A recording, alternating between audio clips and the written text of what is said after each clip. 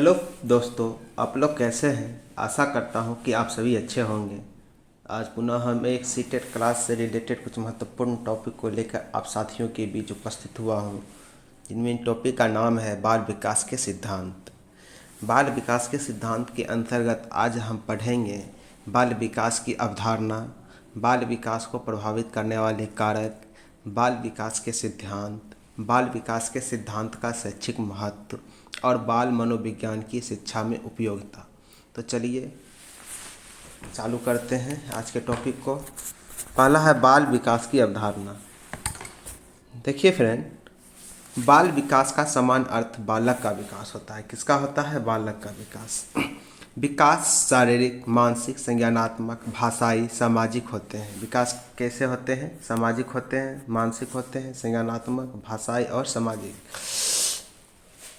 अर्थात किसी बालक में समय के साथ हुए गुणात्मक व परिणात्मक परिवर्तन को बाल विकास कहते हैं। यानी कि कहा जाता है कि किसी भी बालक में समय के साथ हुए गुणात्मक व परिणात्मक परिवर्तन को ही बाल विकास कहते हैं। दूसरे शब्दों में इसे कहेंगे कि बालक में समय के साथ उसका शारीरिक, मानसिक, संज्ञानात्मक, भाषाई व सामाजिक विकास होना। यानी कि जैसे शुरू में भी पढ़े हम, शारीरिक, मानसिक, संज्ञानात्मक और भाषाई सामाजिक विकास होना। जैसे ये था ना अभी, शारीरिक, मानसिक, संज्ञानात्मक, भाषाई सामाजिक विकास, ये सब बाल विकास के क्या है? लक्षण है। यानी कि ये सब लक्षण अगर दिखाई दे रहे हैं तो उसे हम क्या कहेंगे? बाल विकास कहेंगे। ठीक है ना। विकास परिपक्वता तथा अनुभव की अंतःक्रिया से प्रभावित होता है। यानी कि परिपक्वता और अनुभव, ये दोनों अंतःक्रिया में, तो जब सब दोनों में सामंजस्य होती है, दोनों में एक होते हैं, तो इससे क्या होता है? विकास प्रभावित हो जाता है। विकास का क्रम एक जैसा होता है। विकास का क्रम क्या होता है? एक जैसा होता है। विकास एवं अधिगम एक समान गति से आगे नहीं बढ़ते। कहा जाता है कि विकास और अधिगम, यानी कि सीखने की प्रक्रिया और विकास, बच्चों का विकास और सीखने की प्रक्रिया, ये दोनों एक समान गति से आगे नहीं बढ़ते हैं। ठीक है ना। विकास आगे होगा तो अधिगम पीछे, या अधिगम आगे तो विकास पीछे। यानी कि बच्चा, छोटा भी बच्चा अधिक सीख सकता है और बड़ा भी, नवयुवक भी कम सीखा रहता है। इसलिए कहा जाता है कि विकास और अधिगम एक समान गति से आगे नहीं बढ़ सकते हैं। चलिए आगे देखते हैं विकास को प्रभावित करने वाले कारक। पहला है आंतरिक कारक। आंतरिक कारक वंशानुगत कारक के कारण बालक के रंग, रूप, आकार, शारीरिक गठन, ऊंचाई इत्यादि प्रभावित होते हैं। वंशानुगत कारक के कारण, आंतरिक कारक है तो वंशानुकारक, इसके कारण क्या होगा? बालक के रंग, रूप, आकार, शारीरिक गठन या ऊंचाई, सब पर क्या होगा? प्रभाव होगा। बुद्धि भी एक आंतरिक कारक है। बुद्धि क्या है? एक आंतरिक कारक है। ठीक है ना। बुद्धि एक आंतरिक कारक है। चलिए आगे देखते हैं। जो सीखने की योग्यता, समस्या समाधान, तार्किक व निर्णय लेने की क्षमता में महत्वपूर्ण भूमिका निभाती है। क्या करती है? योग्यता, समस्या, सीखने की योग्यता, समस्या समाधान, तार्किक व निर्णय लेने की क्षमता को महत्वपूर्ण भूमिका निभाती है। कौन? बुद्धि। ठीक ना। चलिए आगे देखते हैं। बालक में संवेगात्मक विकास का संतुलन होना आवश्यक है। किस विकास का? संवेगात्मक विकास का क्या होना है? संतुलन होना आवश्यक है, क्योंकि यह बालक के सामाजिक, शारीरिक, मानसिक तथा नैतिक विकास को पूरी तरह से प्रभावित कर देता है। बालक के शरीर व मस्तिष्क का पूर्ण विकास आवश्यक है, क्योंकि एक की भी अपूर्णता बाल विकास को प्रभावित करती है। यानी कि अगर बालक में शरीर का विकास हो गया, मस्तिष्क का विकास नहीं हुआ, फिर भी वो बालक अपूर्ण बालक हो जाएगा। अपूर्णता मतलब हो जाएगी बालक में, और या फिर मस्तिष्क का विकास है, शरीर का विकास नहीं, फिर भी अपूर्ण। यानी कि दोनों का कहा जाता है क्या? आवश्यक है। मस्तिष्क और शरीर दोनों का विकास आवश्यक है एक पूर्ण बालक होने के लिए। अब है बाह्य कारक। आसपास का वातावरण भी बाल विकास को प्रभावित करता है। जैसे प्रदूषण रहित वातावरण, या वातावरण है या प्रदूषित, तथा साथ ही भौतिक सुविधाएं कितनी उपलब्ध हैं। यानी कहा जाता है कि आसपास के वातावरण भी बाल विकास को प्रभावित करते हैं। जैसे प्रदूषण रहित वातावरण, हाँ, ये सब भौतिक सुविधा को क्या करते हैं? मतलब साथ ही भौतिक सुविधाएं कितनी उपलब्ध है, इस कारण प्रदूषित है, वातावरण प्रदूषित है, तो इसके अनुसार क्या भौतिक सुविधा उसको उपलब्ध नहीं हो पाता है। ठीक ना। चलिए आगे देखते हैं। परिवार की सामाजिक आर्थिक स्थिति का भी बालक के विकास पर प्रभाव पड़ता है। कहा जाता है कि परिवार की सामाजिक आर्थिक स्थिति से क्या होता है? बालक के विकास पर प्रभाव पड़ता है। यह स्थिति बालक के शारीरिक व मानसिक दोनों प्रकार के विकास को प्रभावित करता है। यानी कि परिवार के सामाजिक आर्थिक स्थिति बालक के शारीरिक और मानसिक, यानी शरीर को भी, और मानसिक यानी कि सोचने की शक्ति को भी, दोनों को प्रभावित करता है। ठीक ना। चलिए आगे देखते हैं। बालक अपने जीवन के अनुभव से भी बहुत कुछ सीखता है। यानी कि बालक जो अपने जीवन के अनुभव में कुछ करता है या कहीं कुछ मतलब खेलने कूदने के दरमियान या फिर कहीं घूमने के दरमियान वो अपने जीवन ये सब अनुभव से वो सीखते रहता है। यदि अनुभव सकारात्मक होगा तो सोच भी सकारात्मक होगी। कहा जाता है कि अगर आदमी आप सकारात्मक सोचिएगा तो आपका सोच भी सकारात्मक होगा, और यदि आप नकारात्मक सोचेंगे तो आपका सोच भी नकारात्मक होगा। ठीक है ना। दोनों ही मानसिक विकास को विशेष रूप से प्रभावित करते हैं। सकारात्मक सोच और नकारात्मक सोच दोनों ही मानसिक विकास को विशेष रूप से प्रभावित करते हैं। उसका प्रभाव शारीरिक विकास पर भी देखने को पड़ता है। जब मानसिक रूप से आप विक्षिप्त हो जाइएगा तो शारीरिक शरीर पर भी उसका प्रभाव पड़ेगा ही पड़ेगा। आगे है, बालक के विकास पर आंतरिक और बाह्य दोनों कारकों का प्रभाव पड़ता है।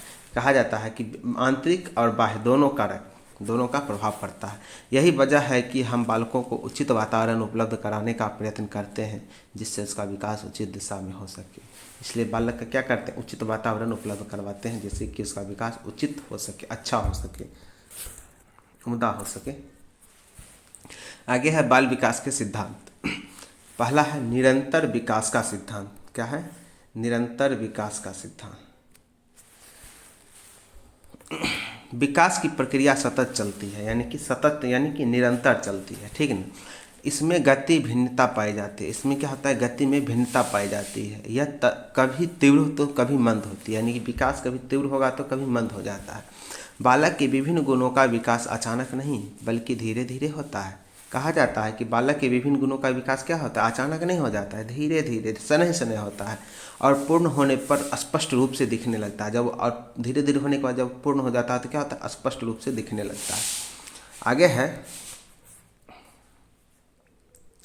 विकास दिशा का सिद्धांत। किसका है? विकास दिशा का सिद्धांत। ठीक, देखिए इसमें क्या कहा जाता है कि बालक का विकास सिर से पैर की ओर होता है, यानी कि सिर से पैर की ओर। ठीक है ना। सिर से पैर की ओर पहले सिर का विकास होगा, फिर पैर का विकास होगा, या फिर किसी अन्य मतलब कि अंग का विकास होगा, हाथ पैर शरीर का विकास होगा। मगर सबसे पहले सिर का विकास होता है। शुरुआत में सबसे पहले बालक सिर को उठाता है। जब बालक बच्चा रहता है तो सबसे पहले सिर को उठाना चाहता है, फिर बैठना सीखता है, तत्पश्चात चलना भी सीख जाता है। यानी कि बालक पहले सिर उठाता है, फिर बैठना सीखता है, उसके बाद वो चलना भी धीरे धीरे सीख जाता है। चलिए आगे है व्यक्तिक विभिन्नता का सिद्धांत। व्यक्तिक विभिन्नता का सिद्धांत। ठीक है ना। प्रत्येक मानव के विकास का अपना स्वयं का स्वरूप होता है। क्या कहा जाता है कि प्रत्येक मानव के विकास का अपना स्वयं का स्वरूप होता है। ठीक है ना। इसी कारण से एक ही उम्र के दो बालकों के शारीरिक, मानसिक, सामाजिक आदि विकास की व्यक्तिगत भिन्नताएं होती है। यानी कि एक ही उम्र के दो बालक को अगर आप एक जगह रखिएगा तो उसमें बहुत तरह का भिन्नताएं पाई जाती है, जैसे शारीरिक, मानसिक, सोचने की क्षमता, सामाजिक वातावरण के बारे में, या फिर उसका आदि जो विकास है उसमें बहुत सारा विभिन्नता पाई जाती है। ये व्यक्तिगत विभिन्नता का सिद्धांत के अंतर्गत ही आता है। चलिए आगे है क्रमबद्धता का सिद्धांत।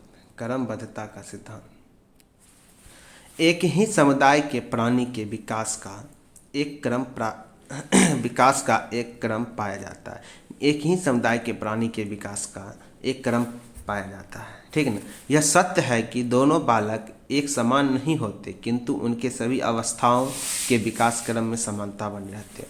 जबकि दोनों बालक समान नहीं होते, मगर उनकी जो होती है सभी विकास क्रम की अवस्था जो है समान बनी रहती है। जैसे शिशुवावस्था, बाल्यावस्था, किशोरावस्था, प्रौढ़ावस्था। जैसे कोई बालक है शिशुवावस्था जाएगा ही, सबसे पहले शिशुवावस्था में आएगा, फिर बाल्यावस्था में आएगा, किशोरावस्था में आएगा, प्रौढ़ावस्था में आएगा। चाहे उसका फेस मिलता हो या रहन सहन एक जैसा हो या ना हो, फिर भी इस क्रम को वो पूर्ण करते हुए आगे बढ़ेगा। इस अवस्था को इस क्रम में आप याद भी कर सकते हैं। पूछा भी जाता है कि बालक की अवस्था को क्रम में लिखे, तो इसमें पहला होगा शिशुवावस्था, बाल्यावस्था, किशोरावस्था और प्रौढ़ावस्था। चलिए आगे है, आगे देखते हैं वंशानुगत व वातावरण की अंतःक्रिया का सिद्धांत। वंशानुगत व वातावरण के अंतःक्रिया का सिद्धांत। बालक के विकास में वंशानुगत गुण तथा वातावरणीय गुण दोनों की अंतःक्रिया होती है। यानी कि दोनों एक दूसरे से जुड़े हुए होते हैं। कौन कौन? वंशानुगत गुण और वातावरण गुण दोनों एक दूसरे से जुड़े हुए होते हैं, मतलब अंतः क्रिया हो जाती है दोनों में। सामान्य से विशिष्ट की ओर, सामान्य से विशिष्ट की ओर, आगे का है सामान्य से विशिष्ट की ओर। इसमें क्या होता है कि प्राणियों में विकास सामान्यतः सामान्य से विशिष्ट की ओर होता है। क्या कहा जाता है कि प्राणियों में विकास पहले सामान्य होगा, थोड़ा बहुत होगा, उसके बाद फिर जटिल हो जाता है, विशिष्ट हो जाता है विकास। बालक नवजात शिशु अपने शरीर के किसी एक अंग का संचालन करने से पूर्व अपने हाथों को समान रूप से चलाता है। यानी कि किसी भी अंग का अगर वो परिचालन करना चाहता है, संचालन करना चाहता है, उससे पहले वो अपने हाथों का समान रूप से चलाता है, ठीक है ना बालक। तो आगे है परस्पर संबंध का सिद्धांत, परस्पर संबंध का सिद्धांत। बालक के सामाजिक, मानसिक, शारीरिक, संवेगात्मक विकास में परस्पर संबंध होता है। कहा जाता है कि इसमें बालक के सामाजिक, मानसिक, शारीरिक, संवेगात्मक विकास सब क्या होते हैं, परस्पर संबंधित होते हैं, एक दूसरे से जुड़े हुए होते हैं। आगे है समान प्रतिमान का सिद्धांत, समान प्रतिमान का सिद्धांत। देखिए सामान्यतः बालकों के विकास का क्रम समान होता है, हाँ समान क्रम होता है और विकास देखिए समान होता है, ठीक है ना। क्रम समान होता है परंतु विकास नहीं, क्योंकि दोनों व्यक्ति समान नहीं हो सकते। यानी कि इसका जो है प्रतिमान समान, क्रम जो है क्रम समान रहेगा, विकास समान नहीं हो सकता, क्योंकि विकास किसी व्यक्ति का ज़्यादा होता है, फिर कोई व्यक्ति लंबा होता है, कोई व्यक्ति नाटा होता है, इसलिए विकास समान नहीं होगा, पर क्रम समान हो, ठीक है। चलिए आगे देखते हैं। बाल विकास के सिद्धांत का शैक्षिक महत्व, कुछ शैक्षिक महत्व दिए गए हैं जिसके बारे में जानेंगे अभी। पहला है बालक के व्यक्तित्व के सर्वांगीण विकास के लिए शिक्षक को यह जानना महत्वपूर्ण है कि बालक के व्यवहार कैसे प्रभावित है। कहा जाता है कि बाल सर्वांगीण विकास के लिए शिक्षक को यह जानना महत्वपूर्ण है कि बालक के व्यवहार कैसे प्रभावित है, ठीक ना। अगला है बालक को कब क्या और कैसे सीखना चाहिए, यानी कि कब क्या और कैसे सीखना चाहिए, कब कब किस किस समय पर, ये विकास सिद्धांत की जानकारी पर आसानी से सिखाया जा सकता है। यानी कि विकास सिद्धांत की अगर जानकारी है शिक्षक को तो इस अनुसार वो बालक को ये आसानी से सिखा सकता है कि बालक कब क्या और कैसे, कौन सी चीज़ कब सीखना है, क्या सीखना है और क्यों सीखना है, कैसे सीखना है, इस सब के बारे में वो बता सकता है। आगे है बाल विकास सिद्धांत की जानकारी होने पर शिक्षक बालक के विकास को दृष्टि में रखते हुए उससे उतनी ही अपेक्षा रखेगा जिससे बालक के अंदर आने वाली नकारात्मक सोच को रोका जा सके। कहा जाता है कि बाल विकास सिद्धांत की जानकारी होने पर शिक्षक बालक के विकास को दृष्टि में रखते हुए उससे उतनी ही अपेक्षा रखे जिससे कि बालक के अंदर आने वाली नकारात्मक सोच को रोका जा सके, ठीक ना। चलिए आगे देखते हैं।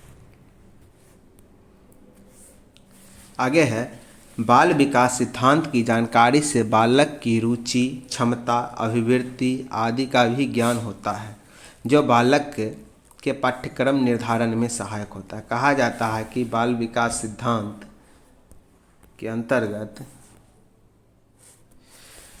बालक में रुचि, क्षमता, अभिवृत्ति आदि का भी ज्ञान होता है, जिससे बालक के पाठ्यक्रम की सहायता करता है और उसको सुचारू रूप से सही ढंग से कराया जा सकता है, ठीक है।